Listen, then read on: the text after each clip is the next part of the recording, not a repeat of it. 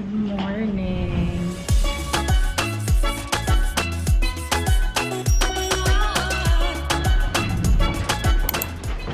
Thursday na ngayon at ngayon yung kanyang appointment. Hi, Sai. Hello. Nag-jacket-jacket kaya init ka ayo. Ano naman sa kalit mo ganun hirap ko. Charot. Aesthetic ka siya suot. Magbe-breakfast pala muna kami. Papunta na kami sa RCBC Plaza. Sumaglit na lang kami ng tubig sa may mini store dahil hindi na kami aabot pag nag-breakfast na kami. Plano sana namin mag-breakfast sa Jollibee pero wala nang time. Late kaming bumangon. 7:25 na. 8 yung kanyang appointment. Good luck! Kinakabahan daw siya.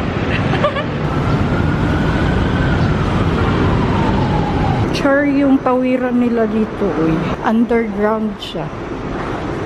Pupunta kasi kami sa RCBC Plaza. May siya signage, RCBC Plaza. Which is nice. Ang cool. Parang nasyasyak ako. Para ako nasa ibang bansa. Nahatid ko na yung kapatid ko sa German Embassy talaga. Pero siya lang talaga yung makakapasok. Ay, natatakot ako sa kanya. Nakalimutan ko na namang mag-vlog. Sa kakul na lang siya naalala na. Naubos na yung kinain kong tinapay. Meron pala ako ditong iced mocha. And then kinain ko is yung spicy tuna pie nila. Habang nanonood ako sa vlog ni Ersi. Nag-transfer ako dito sa labas. Baka kasi hindi kami magkita ng kapatid ko. Eh, wala yung dalang cellphone. Ibibigay ko sana sa kanya yung phone. Pero, sabi ng staff doon sa itaas na nagbabantay, sa akin na lang daw. Kasi bawal din naman daw yung phone sa loob. Which is true naman. Bawal talaga sa loob. Nung ako din dati, pinagbawalan din ako. Pero, meron silang locker doon sa loob. Tapos, sabi ko sa kanya, babalik ako sa hotel. Which is, hindi naman mangyayari dahil ako lang mag-isa. So, napag-isipan ko na dito na ako magtambay sa Cafe France.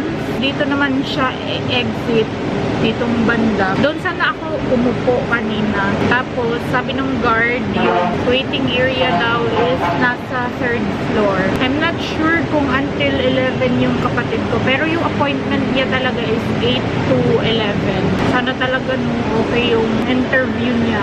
Kasi kinakabahan talaga siya. Kanina, pagkagising namin ng 6 AM, nag-review agad kami. Yung mga possible questions lang naman yung re-review namin. Sana hindi niya makalimutan sa kaba. Nandito po kami ngayon sa Rush ID. Kasi yung kapatid ko, hindi pala pwede yung passport photo niya. At yung wallet niya, nandoon yung visa fee namin. Naiwan doon sa kwarto. Buti na lang meron pa akong cash dito. Doon kasi sa passport photo niya, nakasmile siya. Ibawal pa lang mag-smile. Until 10 AM lang pwede siya. Para isubmit yung kulang niya. Nakalabas na din sa wakas yung aking kapatid. It's already 11:29. At mag-brunch na kami dito sa may KFC. Kasi gusto niya daw i-try itong KFC.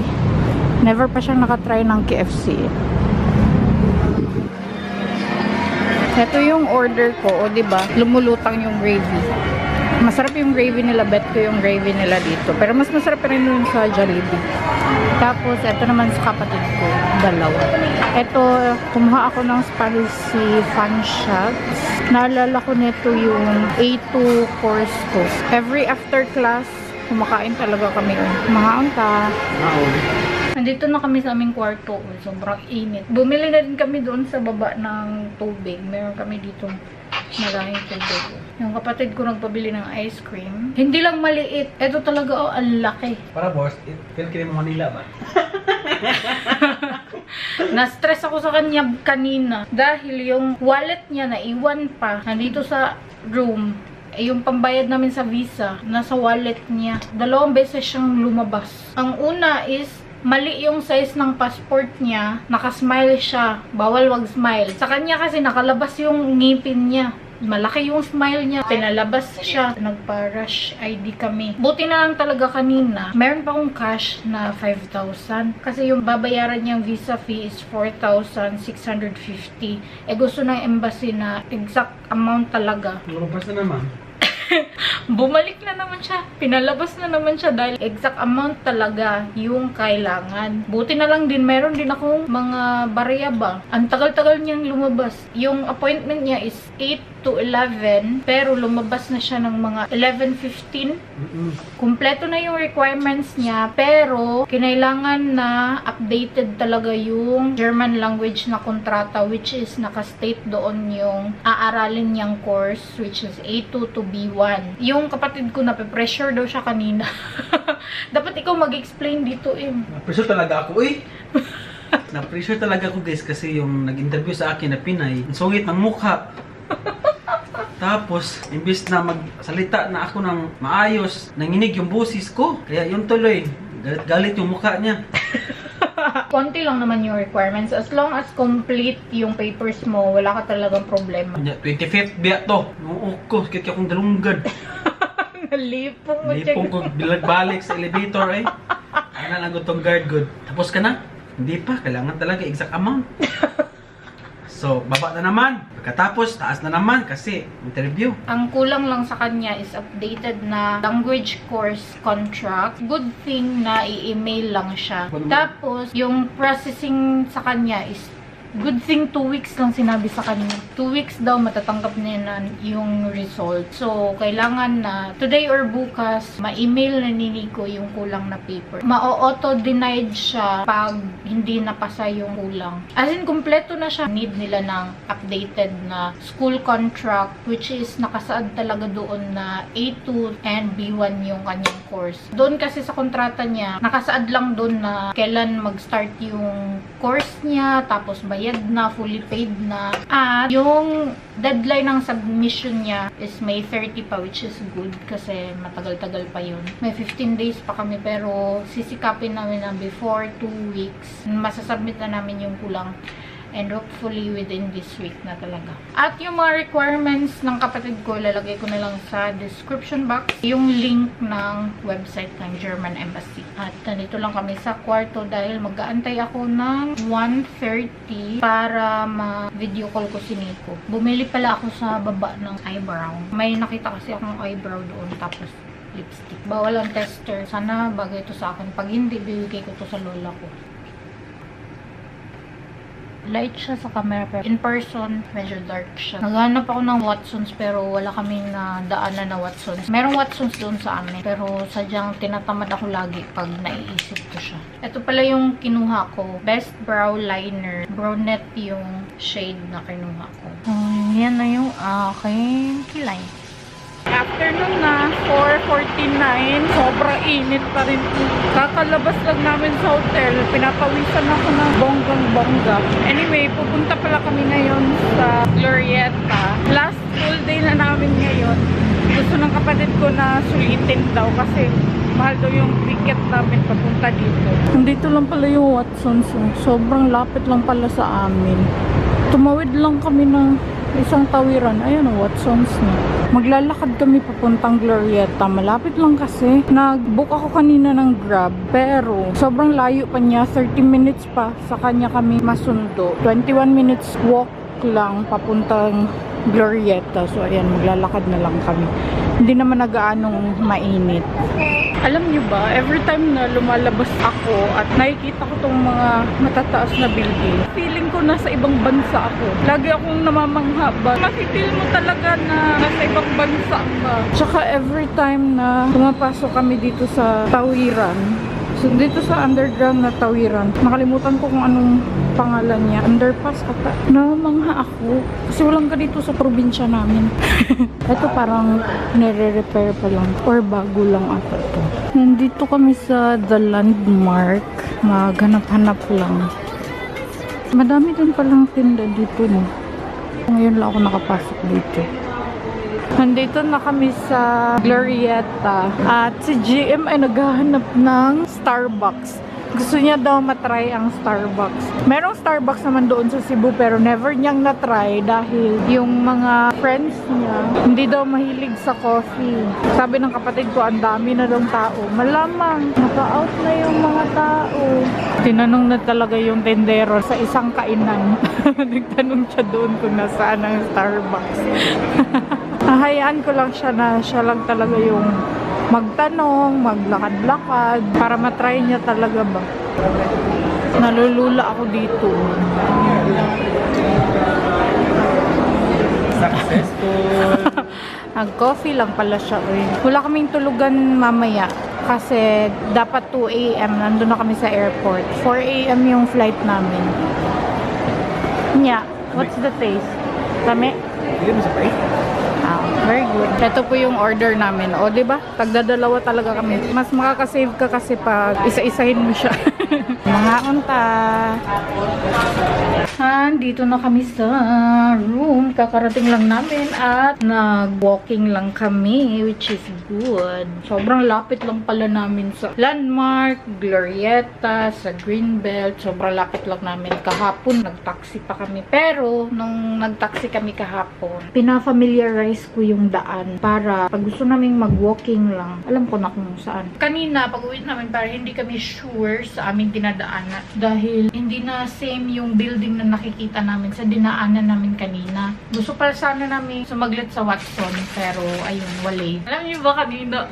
Ay, parang meron akong tinga. Wait lang. Sarap ng kain niya kanina. Pagpasensyahan nyo na yung aking tinga. Kanina, alam nyo ba, kinakabahan ako ng bonggang-bongga. Nanginginig talaga ako habang kumakain. Kasi, meron ako nakitang artista. Hindi naman sila artista, pero asawa siya ni Richard Yap. Sir Chief! Ayoko sanang magpa-picture kasi nahihiya ako. Sila yung nakasunod sa akin habang umu-order ako sa Jollibee. Usually, pag nag-order ako, hindi ako tumitingin sa likuran ko. Tapos nung naka-order na ako, parang meron talagang humihila sa akin na tumingin ka sa likod. Lumingon ako. Yung buhok lang nila yung nakita ko, likuran lang. Yung unang sumagi sa isip ko, asawa to ni Richard Yap. Hindi nga ako nagkamali, oy. Silang dalawa yung kambal, mama ni Ashley Sangre. Tumitingin pa ako kanina, baka kasi kasama din nila si Sir Chief or si Ashley. Hindi sana ako magpapapicture. Etong kapatid ko, siya yung pinakamahiyain sa aming dalawa. Pero siya talaga yung nagsabi na, halika, mag-picture tayo. Ako ang mag-approach sa kanila. Nakaupo na kami sa table namin. Tapos, yung mga bitbit namin, dinala talaga namin doon. Tapos, ako na lang yung nag-approach sa kanila. Nahihiya ako, pero sabi ko sa kanila, excuse me po, pwede po bang makadistorbo? Pwede po bang magpa-picture? Buti na lang, sobrang bait nila. Nagpa-picture sila. Tapos, nagtanong ko sila ng pangalan ko. Sabi nila, sasabihin namin kay Ashley, sana naman mabati ako ni Ma'am Ashley. Nanonood ako sa vlog mo, if ever you're watching, share lang. Uy, pakitag naman Anyway, nabudol ako doon sa Landmark. Isa lang sana yung bibilhin ko. Kahapon kasi, kasalanan to ni Carm. Yung namit ko kasi kahapon, ang ganda ng mata niya. As in, naka-eyeliner siya, naka-shimmer na eyeshadow. Sobrang ganda ng mata niya. Hi Carm! If you're watching, sobrang ganda mo as in. So, ayun, sabi ko bibili din ako ng katulad nung sa kanya. Pero hindi ko alam kung ano yung mga gamit niya ba. Parang na-inspired ulit ako na maglagay ng konting makeup. Kasi hindi na talaga ako naglalagay as in. Sobrang tinatamad akong maglagay. Pero nung nakita ko siya, gandang-ganda talaga ako sa mata niya. Hello, Carm! Anyway, bumili ako ng chapstick kay GM to. Sumaglit kami sa Mercury Drug kasi doon sa Landmark, wala kami nakita. Ito yung mga nabili ko. Pauwi na sana kami. Yung sadya lang talaga namin is eto, kay GM to. Sabi ko sa kanya, konti lang yung bilhin niya. Doon na lang siya bibili sa amin. Sabi niya, andito naman na tayo. Why not? Bilhin na lang. So, ayan. Bumili siya ng cotton. Meron naman na akong eyelash curler. Pero si ate, nabudol talaga ako ni ate. Uy. Ang galing niyang mambudol. So, ayan. Bumili ako ng eyelash curler. Ayan. Plastic na eyelash curler. Eto din, All Day Eye Define Waterproof eyeliner. Mocha yung color niya. Meron na rin itong kasamang sharpener. Meron din siyang foam. Parang pang smudge. Nilagyan din pala ako ni ate ng eyeliner. Parang feeling ko makikita niyo naman. Tapos nabudol ulit ako. O, diba? Lash volumizer ng Careline. Ayan. Tapos, brow flick from Careline. Hindi kasi talaga ako namimili ng mga makeup. Kasi alam ko yung sarili ko. Nasa bahay lang din naman talaga ako most of the time. Pag nasa bahay ako, ayoko maglagay talaga ng anything sa mukha ko. Then, ito is Pillow Pop Multi-Pack. Nilagay ni ate sa kamay niya. Tapos maganda yung shimmer niya. So, napabili na din ako. Ayan. Ang shade niya is Dreamy Sakura. Ayan. Ang ganda niya. Hindi ako gaano bumibili pag makeup. What's this? Ito. Sumaglit kami sa Broadway Gem. Meron ako nakita. Nag-iisa lang siya. Bumili ako neto. Ang ganda niyo kasi, oh. Nagtanong ko sa kapatid ko kung bagay ba sa akin. Sabi niya bagay naman. Ang cute kasi niya. Nag-iisa na lang to. I think gagamitin ko to mamaya. Tingnan niyo naman, oh. Ang ganda!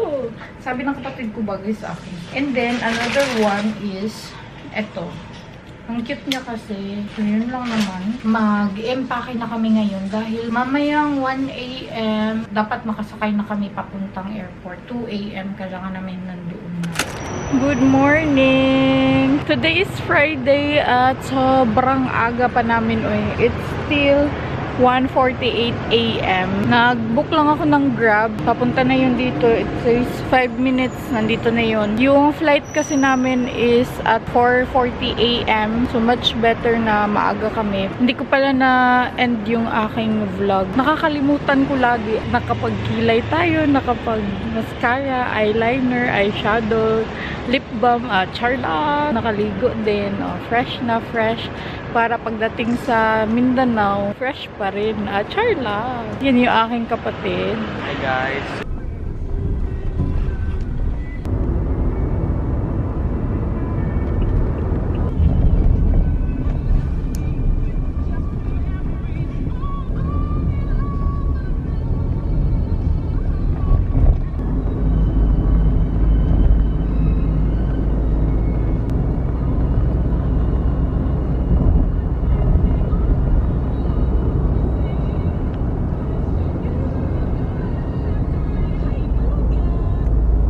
Nandito na kami sa check-in area.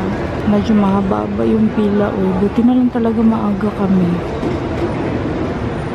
Tapos na kami mag-security check. Waiting na lang kami sa aming boarding time. Nasa gate 12 din kami. And then nakapila ako dito sa Krispy Kreme.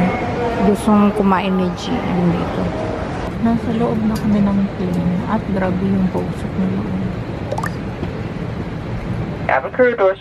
Nandito na kami sa Usamis. Nandito pa kami sa may airport area sa Karinderya dahil nagugutom na daw siya. Ako din. Kakain na lang din ako. Ito, meron akong munggo. Sa kanya naman, maagang maaga. Baboy agad. And then, 7 Up. Bahala ka dyan sa buhay mo. Mga unta.